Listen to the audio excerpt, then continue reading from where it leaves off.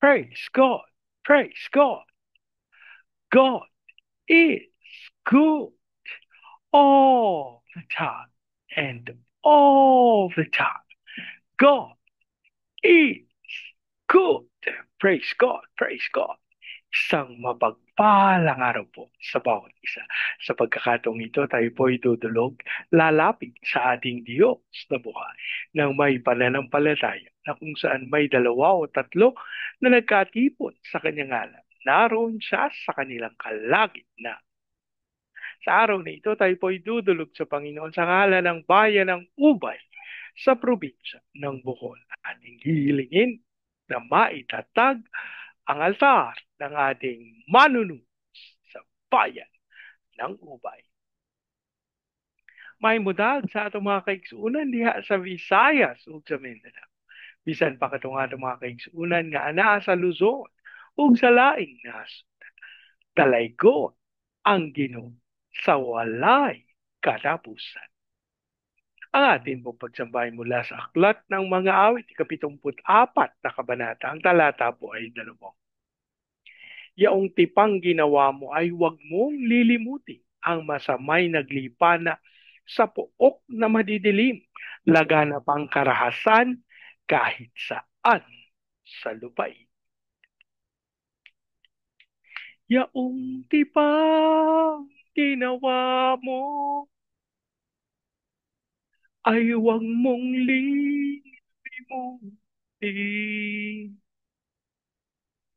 ang masamay naglipana sa puok na madidilim. Yaong tipang ginawa mo ay huwag mong lilimutin ang masamay naglipana sa puok na madidilim. Laganap ang karahasan kahit saan sa lupain. Laganap ang karahasan kahit saan sa lupain. Ama naming Diyos na makapangyarihan sa lahat, kami po'y nagpapasalamat sa pagkakataon na minsan pang makadulog at makalapit sa iyong banal na harapan. Ama, kami po'y nagpapakumbaba, humihingi ng tawad sa lahat naming pagkakasala at ang aming panalang, ang banal na dugo ng aming manunubos ang maglinis at patuloy na magbago sa bawat isa sa amin.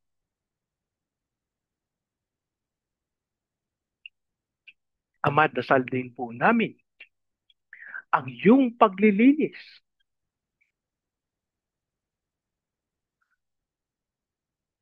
sa bayan ng Ubay sa probinsya ng aming panalangin ng lahat ng altar at lahat ng kasunduan na ginawa sa mga ito nang hindi ayon sa pangalan ng aming manunubos ay mapawalang bisa sa pangalan ni Jesus.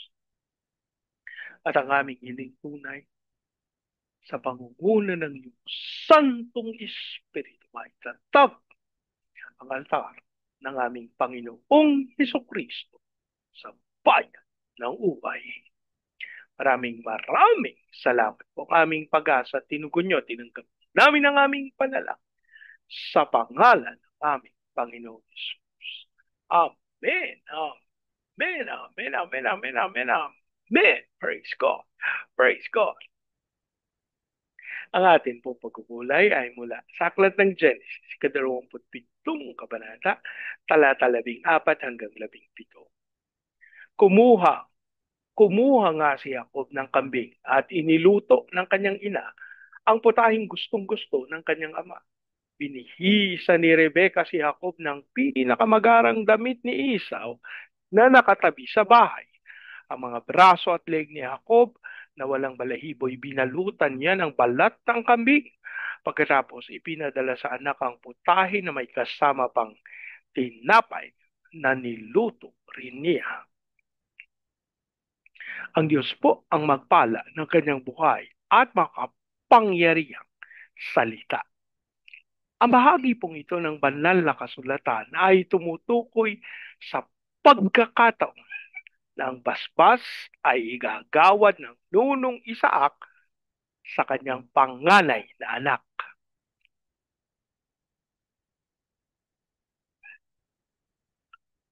Matapos na marinig ni Rebecca, yung kanyang asawa, ano po, na ito'y gagawin, aba, inutusan niya yung kanyang pangalawang anak, yung kanyang paborito, si Jacob. Sabi niya, umuli ka ng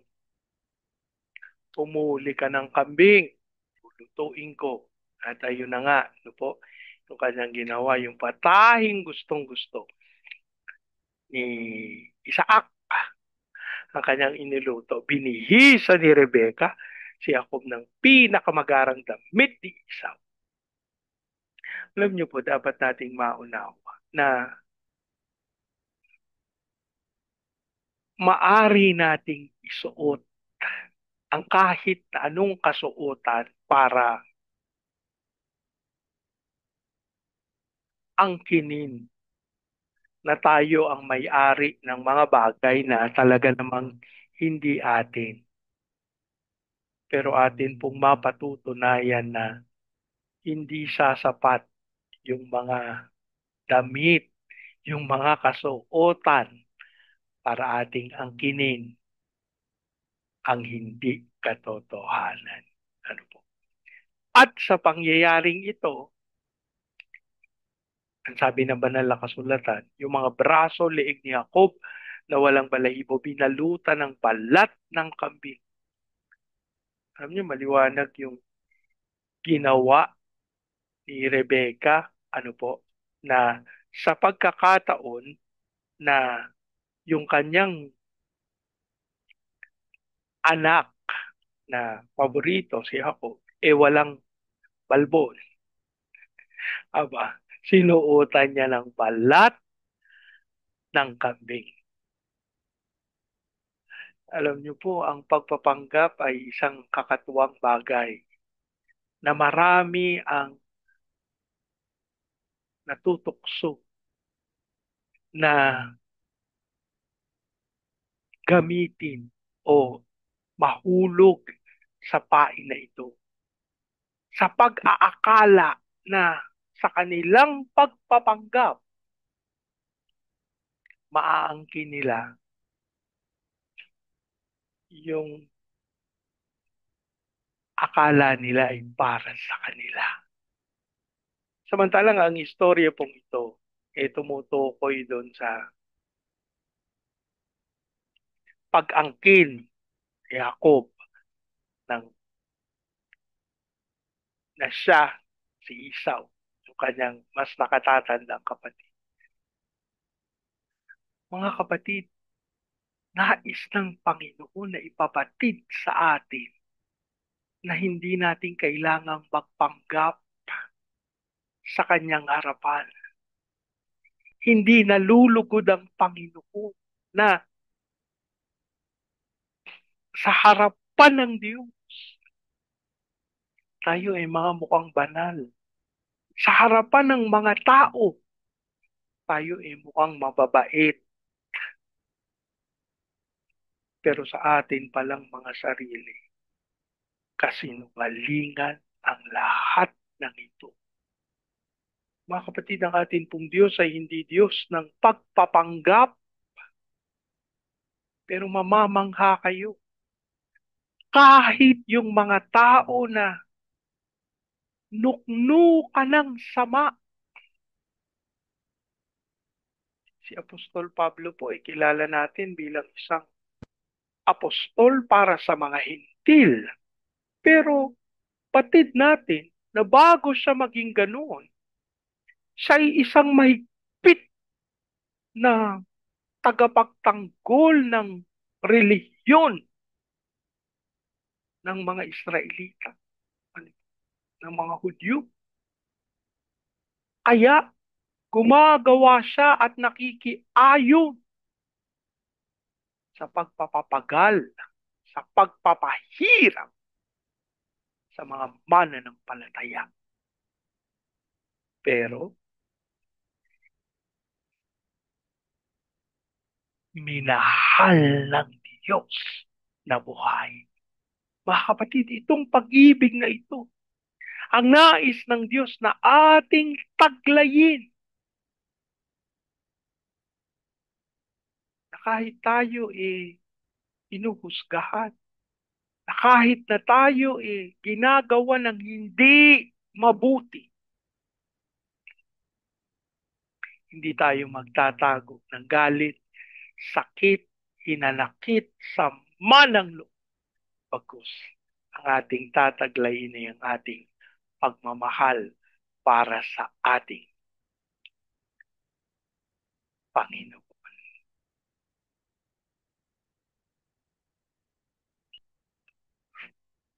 Sa ganitong paraan, maibababatid natin kung sino ang Diyos na ating pinaglilingkuran. Mga kapatid, meron ba tayong itinatago sa ating mga puso? Meron bang mga bagay na iniisip natin na madadaya natin ang iba sapagkat tayo'y nagsusuot ng mga maskara at ng mga damit na hindi naman para sa atin. Sa oras na ito, tayo po'y magpakumbaba sa Panginoon. Ating angkinin, aminin na tayo nangangailangan ng paglilinis, pagtutuwid galing sa Kanyang Espiritu. Manalangin tayo. Ama naming Diyos na makapangyarihan sa lahat, kami po'y nagpapasalamat sa katotohanan ng inyong salita. Kami po, Ama, ay nagpapakumbaba, humihingi ng tawad sa pagtatago, sa pag-iingat ng mga bagay na hindi ayon sa katotohanan. Patawarin mo kami. At ang aming panalangin naman sa oras na ito, linisin kami ng iyong banal na dugo upang ang landas na aming tahakin ay hindi na ang landas ng kasinungalingan, hindi na ang landas ng kasalanan, kundi ang landas ng iyong katuwiran. At sa pangalan ng aming Panginoong Hesus, kami po'y nananalig sa aming paglakad sa landas na ito. Kami magtatapat sa iyo at magaganap namin ang iyong dakilang kalooban. Kami po'y nagpapakumbaba, humihingi ng tawad sa lahat naming pagkakasala. Aming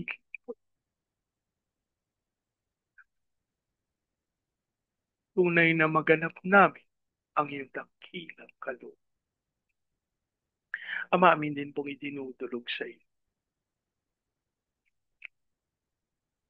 ang inyong pagkilos sa bayan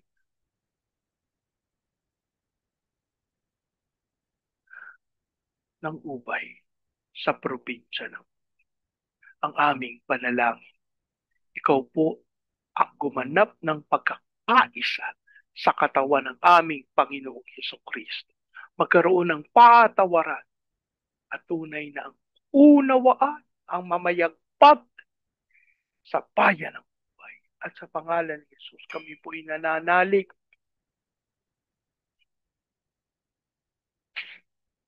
maitatatag ang altar ng aming Panginoong Hesukristo sa bayan ng Ubay. Magiging dahilan nito upang makapaghandog, makasamba, at tunay na makapag-alay ng mainam na pagpupuri at pagsamba sa iyo. Dasal din namin na sa altar na ito ibaba ang kalwalhatian ng aming Panginoong Hesukristo sa magitan ng pagsama ng Son Spirit. We declare the fire of revival sa bayan ng Ubay. At dasal namin na ito'y maranasan ng buong Luzon, Visayas at Mindanao. Hayaan mo ito'y bumabarin, Panginoon, sa Baguio, Cagayan de Oro, Legazpi, Lipa, Manila, Pampanga, Pateros. Kilusan mo po ang mga bayang ito. Hayaan mong mangyari ang kalwalhatian at ang kaunlaran na ipinangako dumalo sa buong Luzon, Visayas at Mindanao. Maganap namin yung tawag sa amin to be the launching pad of the gospel, to be a missionary, sending country, to be the America of Asia in the height of its glory. Kasal din po namin ang pagkilos sa aming mga OFW na tinawag bilang overseas Filipino witnesses. Hayaan mong sila'y makasaksi sa mga bansa na yung pinagdalhan sa kanila. Gayun din ang aming panalangin sa aming mga misyonero sa iba't ibang panig ng daigdig.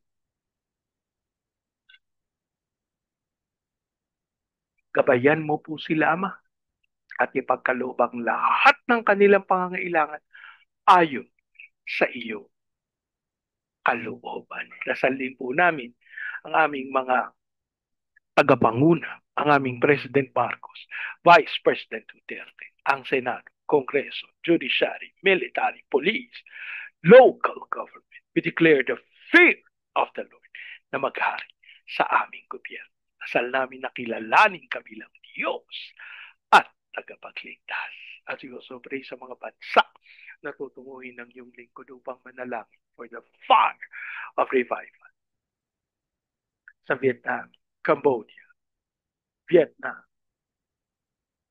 Myanmar, Thailand, Malaysia, Singapore, Indonesia, at Brunei. Hayaan mo, Panginoon, ang iyong kalwalan bumaba sa mga bansang ito pang maranasan ng kaluwalhatian at dinideklara namin ang provisions at ang pangunguna mo sa mga bansa, Panginoon, na tutunguhin ng iyong abang lingkod. We also pray for the fulfillment of your purposes sa bansang Israel as we declare peace in Jesus. Dasal din namin ang fire of revival sa US, South Korea,